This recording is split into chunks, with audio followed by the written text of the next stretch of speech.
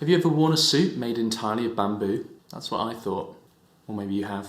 What do I know? This week we're continuing with my mission to sew my own wedding suit, and it's time at last to actually start playing with fire, by which I mean this, the garment fabric. I hadn't actually explained in the last video what the blueprint was going to be for this jacket, for this suit, what kind of features it was going to have, what kind of fabric I was going to use. So let's quickly get that out of the way. So this, as I said, is bamboo. That's right, bamboo. If I keep making a point of it like this, maybe it will start to seem impressive. This was a fabric I picked up about 18 months ago on a whim. I was in the zone where I wanted to find something to make a suit from, but I didn't want to splash out for wool or anything like that yet. I'd already played with cotton and I wanted something just slightly different. I found this bamboo fabric in a shop near me and was very taken by its texture and its appearance. It's very, very soft, very elegant looking, dare I say. And it also had the aesthetic advantage of having the funky little selvage writing, which won me over instantly. I think I got like 5 meters, which is I think definitely too much, more than I need, but I thought, rather too much than too little, which is my motto, isn't it? But then I was seduced by the idea of making the casual jacket with that fabric from Japan that I showed in the last video. It's only with this small matter of my impending nuptials that I decided to do right by my purchase and make a suit out of this bad boy. So yeah, it's black. It has actually 2% spandex in it, which I didn't realise when I bought it, and maybe if I had known I would have decided otherwise, but waste not, want not. And it lends a sort of, surprise, enjoyable little stretch to it. It's quite a lightweight fabric. It's about 250 grams per square metre, which puts it pretty much on the dividing line between a sort of lightweight and middleweight fabric as far as suitings is concerned. It's a twill weave as well, which is where... What is a twill weave? it's like goes diagonally. It's something to do with, they skip a thread on the warp or the weft. I can never remember which. But, it's a very incongruous one, you have to look quite closely to see that. When I looked up this fabric again on the website of the shop that I bought it from, I think it was basically designed as a sort of like a smart casual trouser fabric. So like I say, it was a bit of an impulse buy, and perhaps if I was shopping again, I would resist the urge. But no regrets. No regrets. We mustn't regret. I will reap what I've sown and see what we can do with this stuff. We are going to lay out the fabric. We are going to put the pattern pieces on them. We are going to draw bits of chalk around them. We are going to cut them out. Then we're going to start sewing them. That's right, my friends. We are going to sew an actual garment or part of it in this episode. And there's going to be so much basting. I cannot wait to introduce you all to the heavenly pleasures of basting. A different basting, definitely, than the one you turkey lovers are thinking of. So let's not waste any more time. Let's do it. Sweet, director's commentary time. So there I am laying the pattern pieces on the fabric. That third one there is the facing piece, so that's the other side of the lapel. So if you imagine that's going to curve around into the inside of the jacket and attach to the lining. It's a general purpose piece, vaguely matching, I say vaguely, matching the outer edge of my lapel from the front panel. And yeah, I'll be trimming it away and fitting it more properly in a later episode when we do the lapels. So yeah, I'm just marking on the like the dart points and pocket points, things like that. So there's just some holes in the pattern. I'm just sprinkling some chalk through there, so I'll be able to mark it properly when I take the pattern piece away. And those gaps I've left, I've worked out that'll be probably where I'll be able to cut the sleeves. I'm not cutting the sleeves today. That's just me doing the armhole notch and the lapel roll line. Yeah, so I won't do the sleeves today. I will do that in the later episode when it's time to actually make the sleeves, once I've worked out exactly how big the armhole is, because that's still something that might change a little bit. Yep, so I've just marked the vent point there on the centre back seam of the back panel. Yeah, this fabric, turns out it's just a real light guzzler, but I think it's clear enough, at least with the chalk, what's going on. Yep, so again, just properly marking now where I sprinkle the chalk through the holes, the dart points, pocket points, etc. So I'll be able to tell exactly where, the hip pockets would extend from and to, and so on. So this is the inlay. You may remember in the previous episode I was talking about removing extra seam allowance from my pattern, and that was because I wanted to instead use inlay to allow extra fabric in certain areas where in the future I might want to let the jacket out, and also perhaps to allow a bit of extra security for if my pattern turns out to have not quite been as correct as I thought, even though obviously we've already checked it with the toile. So this is something that would be done in the sort of bespoke process. And in that context, it's less about security of getting the pattern right or not, and more about sustainability of the garment, basically. So if you imagine over the course of your lifetime, your body might change quite a bit. Perhaps you put on weight, perhaps you lose weight, perhaps you get really ripped. I'm not planning on that. Anyway, that's just to allow for those kind of changes down the years and the decades. Cool, so yeah, just cutting out all my patterns now, all my panels rather. So again, for now, just basically these 4 main pieces, or rather 8. So the front panels, the side panels, the back panels, and then the facing. And then there's a little bit of a patch of spare fabric that I've got, which I'm going to use to just sort of make things like pocket flaps and smaller little bits, little accoutrements like that.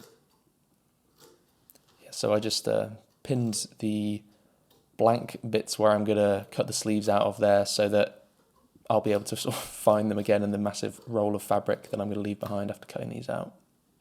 So when you're cutting out your fabric, you want it on the fold and the selvages to be lined up pretty exactly. I'd failed to do that quite so well here, and I only found out once I was cutting out the facing piece, but I would probably be trimming that part of the facing away anyhow, so I'm not too worried if there's a little bit of selvage on there, because that's probably going to disappear.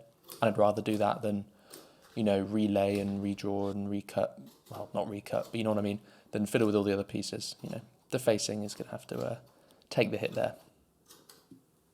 So in addition to the inlay, I've also extended that out a little bit for the back vent, because I'll need that extra fabric then. And yeah, this was very exhausting. So now it's time to mark stitch. So I've drawn on extra inlay around certain points of the fabric pieces, but I know that my current pattern is roughly at least correct for the measurements that I now have.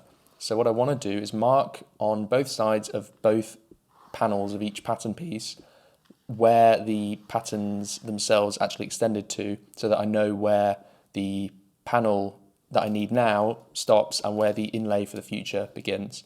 So I'm just doing these stitches where I leave a loop of thread sort of on the top, and then you pull the pieces apart a little bit and you snip the bits of thread that are connecting the 2 pieces, and then you pull them apart fully. They're disconnected with each other, and they have on both sides these beautiful little stitches that are going to, again, mark that line, which in chalk will probably fade, and in any case was only on one side.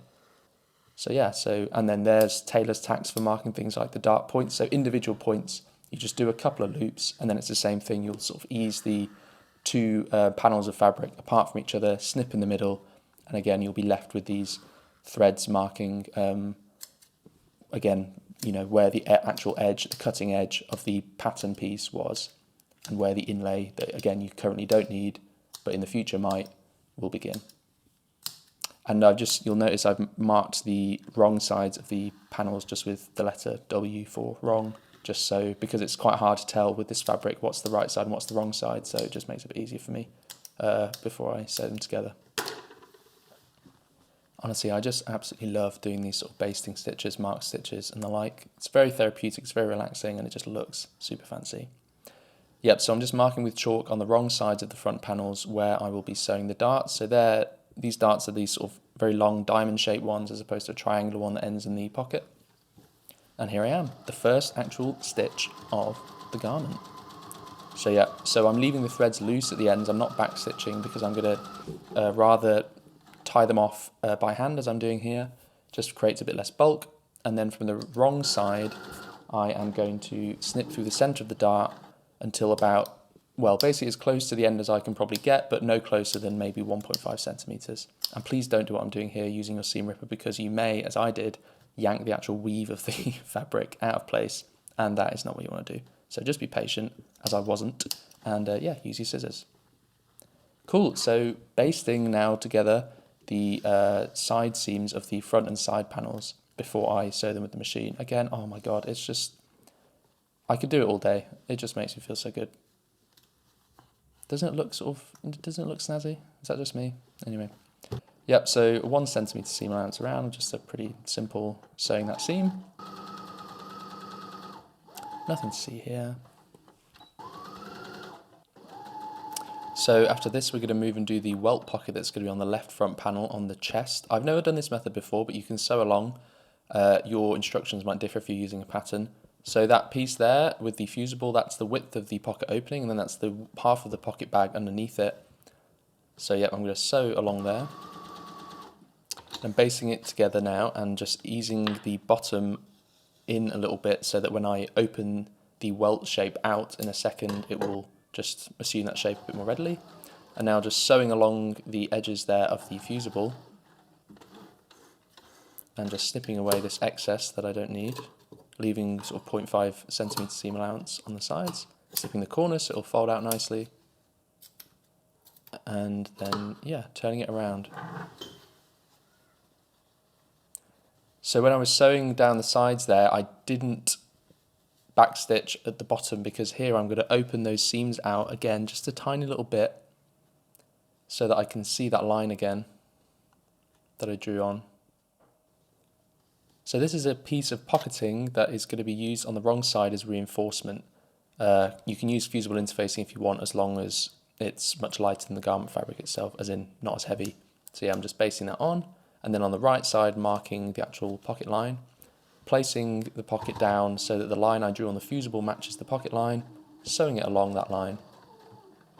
And now this is the other piece of pocketing that I'm slotting underneath, if you see there, that little lip of the fusible that's sticking out on the right side. And I'm sewing along the top of the fusible now, and this line is shorter than the bottom line I've just sewn. Terrible camera angle, I apologise. Didn't really check that. And so now we're snipping from the wrong side in between those two lines I've just sewn. And you'll see there's these two little triangles on the either end of the pocket. And so what you do is you, about a centimetre or so away from the end, snip towards the very end of the stitch line you've just done. And you have to be extremely careful here not to snip either too far or not far enough, and then or snip through the stitch or whatever it might be. And then you turn it inside out, as in you push what's on the pocket bags through from the right side to the wrong side, and then you leave the welt on the outside. So there you can see, not so bad, in my humble opinion. Anyway, next day, because the light had gone terrible, first thing I'm just going to base the actual welt piece in place while I attach it properly using my black silk thread, which I'm about to show you. And I'm going to use what's called a cross stitch here, going from the wrong side of the fabric, so I'm then going through the pocketing through to what is essentially the inside of the welt piece. So these stitches aren't showing through on the top of the actual welt piece, i.e. they're not going to be visible. And I'll show you in a second how to actually do this cross stitch. It's very useful for sort of just, you know, attaching one thing to another and securing stuff so it's nice and sturdy. So if you're right-handed, you work left to right, and if you're left-handed, vice versa. So I'm just backstitching there. So you sew a stitch, and then you go down and sew a stitch directly below, and then you come back across again to the top and stitch through to where you originally put your first stitch, and it's going to create this sort of X shape. And you keep going and basically join the ends of the X's together, as in the sort of hands and feet, if you like, of the X's. And if you want to double down on this, there's a double cross stitch you can do where instead of joining the hands and feet, as it were, you sort of cut across into the space in the middle of the raised hands and outstretched feet, if that metaphor still works. And again, this is a really useful stitch for just securing stuff, and it just looks really nice, as all hand stitches do. So now we're just sewing the pocket bags together, so down the sides of each to make an actual pocket, and around the bottom as well. Trimming the excess seam allowance so it's not too bulky underneath the garment, between the garment and the canvas that is going to come. And there we go. Yeah, not too bad, but okay. Hip pocket time. So these are the pieces you'll need. That's your pocket bag, the pocketing that's going to be used as reinforcement, the two piping pieces, and then I'm making flaps with a piece of muslin just as a bit of reinforcement. So that's just me marking on the right side and wrong side of the fabric where the pocket line is going to be. And just basting the pocketing on the wrong side where the opening is going to be, laying the piping pieces like that on either side of the chalk line that you drew on to mark the pocket opening, basting them very close to that line, and then you're going to sew the stitches at a sort of 0.5, 0.6 centimetre seam allowance, and that's just going to determine the thickness of the jets or the piping. And it's important that both the top and the bottom piping stitches are the same length so that the pocket doesn't come out wonky, like mine did. And that seam allowance will make it quite fiddly, so if you don't mind a thicker jet, then you can make it a slightly bigger seam allowance. And yeah, just live a happier life, basically. Yeah, and then we're cutting through from the wrong side again. It's like with the welt pocket, we're going to snip those triangles. And okay, at this stage my memory card gave up without me knowing, so we don't get to see me snipping too far along one of these triangles and overshooting the stitch line. I tried to fix it by essentially re-sewing that one stitch line a stitch or two further around the hole I'd cut, as if I had cut the correct hole, What that meant though was that the top jet of this 2-jet pocket was ever so slightly longer than the bottom one, which kind of looks a bit goofy. Thankfully though, we have the flaps to come, which will help hide that bottom jet, that rather unhandsome one. Hopefully that'll fix the problem. Yeah, a bad time to ask you to like and subscribe? A boy can dream. Yeah, so you can see the lengths are a bit off there. So here I'm back stitching by hand in the ditch. So just firmly attaching the jets on both sides to keep them in their position. So just a quick demonstration of how to do a back stitch by hand. Back stitch is the hand stitch that is most similar to a normal machine straight stitch. Just, yeah, as I say, you can definitely machine stitch this if you want. A hand stitch just allows a bit more control over the shape of the pipes, which is the piping pieces or the jets, which is quite hard to achieve, I find. So then you baste the pocket closed to keep it secure, because we're going to then sew these triangular bits down to the piping pieces to keep them secure, and that'll keep the shape of the pocket firm then, so it won't be swinging hither and thither. Right, so this is the pocketing bag. So you're laying one short end against the bottom edge of the bottom piping. You're sewing that. And then you're going to open that out, press that, and position the other top edge in place, pin it, and then you're going to sew the sides of the pocket bag closed. And try again to bring that stitch as close as you can to the actual sides of the pocket, so kind of going over where you sewed those triangles a second ago.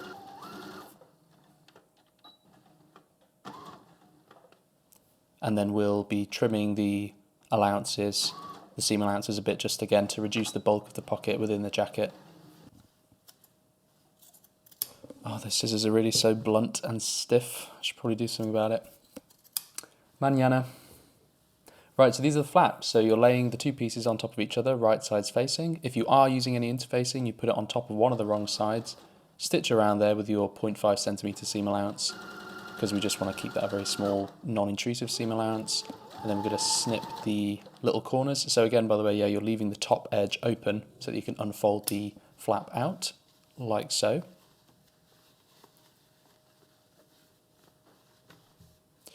And then you're just going to, make sure those corners have come out properly, and then you're going to press it flat, and then on top of that top edge you're going to mark your 2 centimetre seam allowance line, open the pocket again, insert the flap so that the line matches up with the opening of the pocket itself, or the the bottom of the top piping.